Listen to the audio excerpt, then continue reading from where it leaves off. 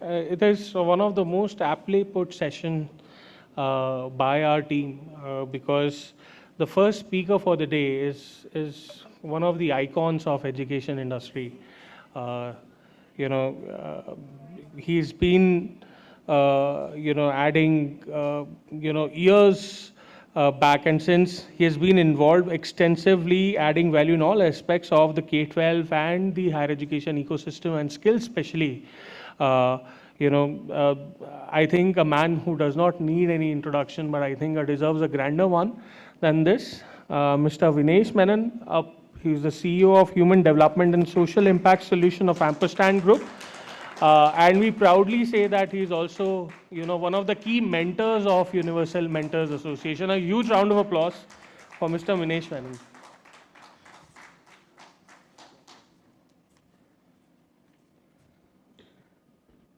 Good morning, everybody. Since the earlier slide is on acoustics, I hope my voice is clear. Thank you, Sandeep and team Universal Mentors Association for inviting me for this keynote session.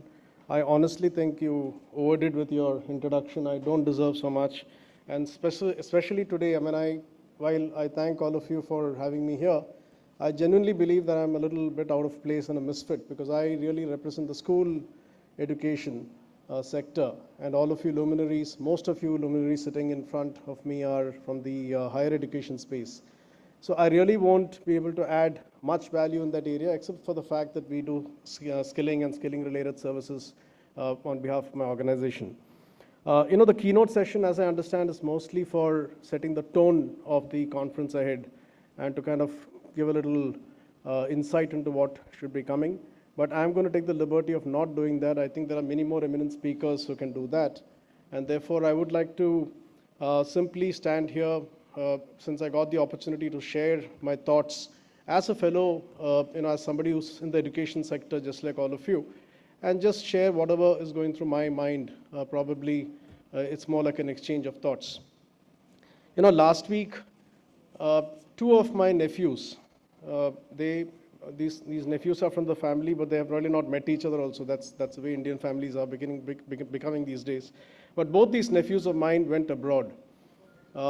One went to Sweden to do a course in embedded electronic chip technology. And the other nephew went to Ireland, Dublin, to do a course in financial data science. So in one of the family sessions, we asked them, what's your plan? Will you come back to India? Because after you learn. And the typical answer from both of them was that, we'll just explore a few things here for some time, and then we will eventually try and come back to India. But we know what that means. I doubt if I'll see them in India giving their best in India. I think we have lost two more brains. And somewhere I see them either in a Cognizant or a Qualcomm somewhere abroad, or in one of the fintech firms that is doing very well in Singapore or Hong Kong or wherever. Nothing wrong with this. Just that this is the stark reality that's happening today in India. I think nearly 500,000 students leave India every year abroad, and I think only about 100,000 come in. And I think that's an area that probably need to be set right. So what really intrigues me as I stand in front of you, some thoughts which really intrigue me. One thought is that the education sector in India, if you really put a value to it in terms of revenues, like they qualify many industries. Pharma industry is qualified, airline industry is qualified. Airline industry, they say, is about $1.5 billion, $2 billion industry. The pharma industry is valued at about $100+ billion. Your telecommunications is valued at $40-50 billion. ITES is valued at $200 billion. I don't know how many of us realize this, but the education sector the actual education sector industry across is almost $200 billion. It's a serious industry. Now, nobody wants to call it an industry. Nobody wants to call it a sector because these are slightly taboo words in this area. But really speaking, it's a very, very significant contributor to the country's movement. 225, million students and more than 40 million students in the higher ed, and this is serious numbers. So I think somewhere it intrigues me that education doesn't get the same, let's say, mind space as what should be given, as it is being given for the other industries, so to speak. Yes, there is a lot of changes. The last 5 to 10 years has been fantastic. A lot of edtech companies have come up. It's fantastic to see so many edtech companies. I've been on a jury of a few, platforms where we saw 20 and 25-year-old students and rather adults coming and making tech companies, which is great. But really speaking, and while it's very fascinating to see academia and edtech starting to talk, how many of these companies are going into rural tier 2, tier 3 towns? How many of them are starting to address the real mass market out there is still left to be questioned. So what intrigues me is that unless that happens, I get the feeling that we'll get stuck in the same loop that is happening today. So I guess that's another area which I might want to just share as something that is intriguing me. The word edupreneur is now known to everybody. It's starting to catch fancy. Entrepreneur has moved to the word edupreneur. There are, of course, owner-driven edupreneurs, professional edupreneurs, there are all kinds of breakups, but edupreneur is a known word. Having said that, how much edupreneurs don't get covered as much as they deserve to be covered. Yes, we have got summits like this. Yes, we have got education magazines. But really, if you look at a national space and if you look at a larger ambit of what's getting covered, the Forbes covers the top 50 richest Indian entrepreneurs. A lot of these oil and gas, pharmaceutical companies, and all these folks get covered. But you don't really see edupreneurs getting covered as much. And I think that's an area which, again, should be worrying us a bit. And this has to, if you want to make a sea change, I think some of these changes should happen. Talking about edupreneurs, the education industry still battles with a lot of regulatory issues. It's a sensitive topic. Nobody wants to talk about it, but that's a fact. We still have discussions with the government half the time on trying to say why we need to teach and what is it that we need to teach, and don't disturb us while we're doing this teaching. It happens even today. And I think that's really sad, and we need to really work out a way to get that movement progress. In fact, one of the states has got an election manifesto which actually states that, look, get me into power and I will ensure that no private school's fees goes up, ever. It's an election manifesto. It's actually out there in the public. And I think it's very sad to see such a manifesto. My good friend Manjula is smiling, and I think she knows exactly what I'm saying here. And these are the things that get concerning. Now, I went to a health summit recently. Our organization is getting into healthcare also. We went to a health summit. And it was such a fascinating session. 150 Padma awardee doctors were felicitated that day.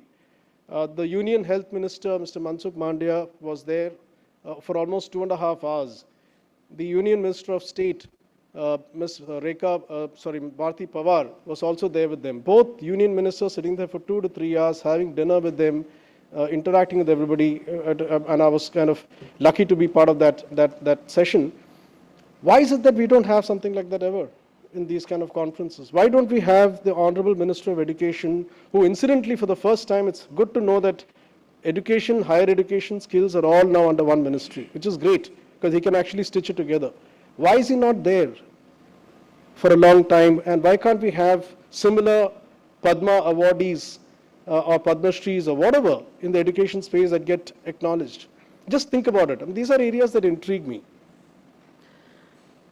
1,000 universities, more than 45,000 colleges, 11,000 standalone institutions, 13,000 ITIs, all in India. And yet, so little the progress that has been made. Although there is progress, I'm not trying to, dampen the spirit here, but far more can be done. The ITIs need a big revamp. And then, therefore, I feel like giving another point that intrigues me, public-private partnerships, the government-private, let's say, engagement to start transforming these institutions. I think these need to be done at a larger scale. I can go on and on. I think there is a time limit. I don't want to break that. But these are some of the facts that keep intriguing me. And of course, I think it's a great session that is coming up today. The theme is very good, technology and higher education. There is talk on NEP 2020. There is talk about how we can reimagine, that's a very powerful word, reimagine higher education through technology.